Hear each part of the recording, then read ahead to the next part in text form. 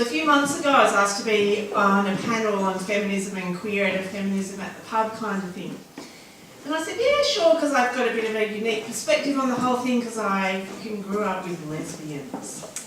And it was a panel of 3, and we all spoke about our experience, and I spoke about my life, and I may have said some things about lesbians.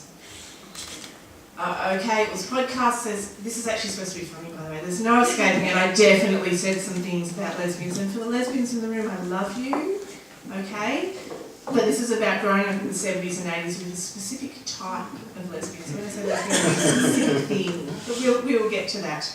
I believe I mentioned lavender pants, Hessian bags, and candles, and patchouli oil, and vanilla sex. Actually, my mother made her own patchouli oil. She had these massive jars of it, and I still smell patchouli oil and just have a little, trauma. So, and I think I also said some stuff about why I preferred to identify as queer, and people laughed, it was really fine, everything was going well. And then there were some questions, and this place was packed, right? And there were people sitting on the stairs, and there was this person who stood up at the very, very top of the stairs with this very loud microphone, and said that they found it problematic that I was proliferating negative stereotypes about lesbians and queerbaies. Naturally, I went into a shame spiral, and I nearly burst into tears, right? So, and I know I look really tough, but I'm such a fucking match.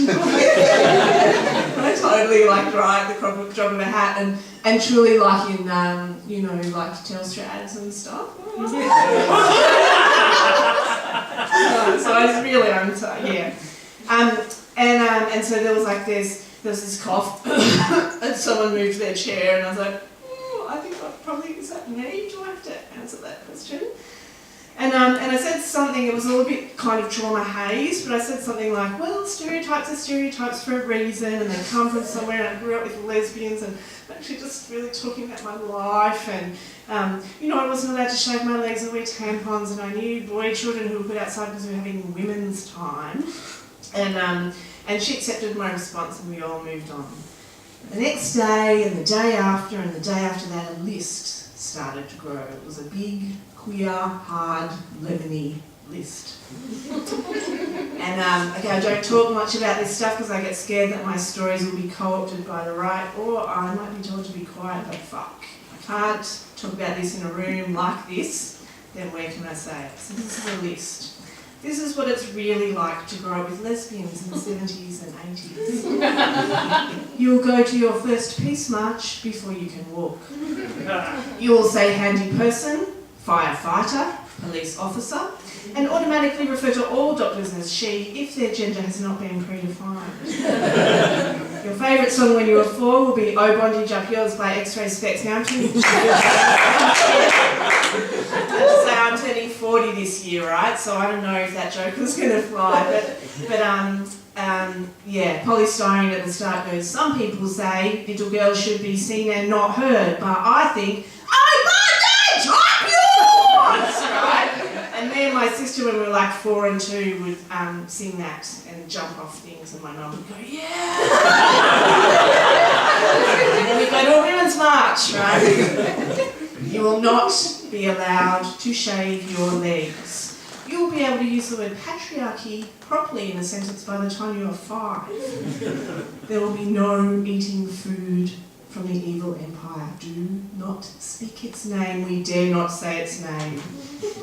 When you turn 8 for Christmas at Bronte Beach with all the other lesbians, you'll be given a cap with a picture of Mr. Lazy on it, and simultaneously you'll be given a silver marker pen. They're really everywhere in the 80s, silver and gold, I have a lot of them, so that you can turn the Mr. into a Ms. And you'll be told that's what you need to do.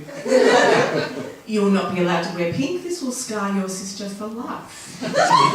When you turn 9, you'll be given a book with line drawings in it from the feminist bookshop in Balmain on how to masturbate, and some of them will make your brain turn inside out. And that thing was a workbook, there were little gaps where you could write answers to things. And kind of an A-type, so I'm like, oh right, I've I've got a workbook, I'm going to do my homework on masturbation. Alright, oh no, I haven't tried that one yet. When you start to bleed, you'll be told about the dangers of tampons and toxic shock, and advised to wear pads always, but you'll also be given a first edition of your favourite book as a menstrual present. When you start to bleed, you'll not think you are dying because you knew about sex and reproduction and menstruation and all the things before you started school. You'll assume that everyone goes to the toilet with the door open. You will have at some point been vegetarian or vegan and feel excessively guilty for not still being so. You will always have a compost heap. You will probably know how to juggle, toss a Diablo or fire twirl. And when you're 14, you will fall in love with your mother's girlfriend, and given that there's 9 years difference between you and her and 14 years between her and your mum, you'll think you're in with a shot. You will learn how to kiss girls at the Leichhardt Hotel Women's Pool Comp when you are 16. You will also become a very good pool player. You will always have 11 types of tea in your cupboard and 4 kinds of milk in your fridge.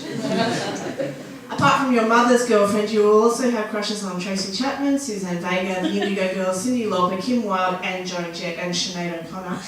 And when you hear she's got a fast car, you'll just get kind of mopey. I'm glad this is funny, this is a relief. You will always think that jeans and waistcoats are a good look. So seriously, I've just been wearing jeans and waistcoats since about 1983. I knew that at some point I would look hot again, and I totally do. And I walk around uni and there's all the young things in their jeans and their waistcoats and they've got Smith's t-shirts on, and I'm like, no, I was doing it first. You will be given trucks, blocks, books or art supplies for every single birthday. You will try to annoy your mother by wearing full leathers to her birthday party and getting your lip pierced more than once. You will also try to annoy her by pretending you're heterosexual and bringing home the biggest, hairiest boy you can find. Your first tattoo will be deeply symbolic and will probably have a women's symbol or a labrys in it. You will always resent the fact that you never got to come out. You will be told you can be anything. This is the squishy bit, you will be loved. It will be a weird, kooky love that comes in bits and pieces from all corners. And sometimes there will be too much, and sometimes there will not be enough, but you will be loved. And that's what it's like. Thank you.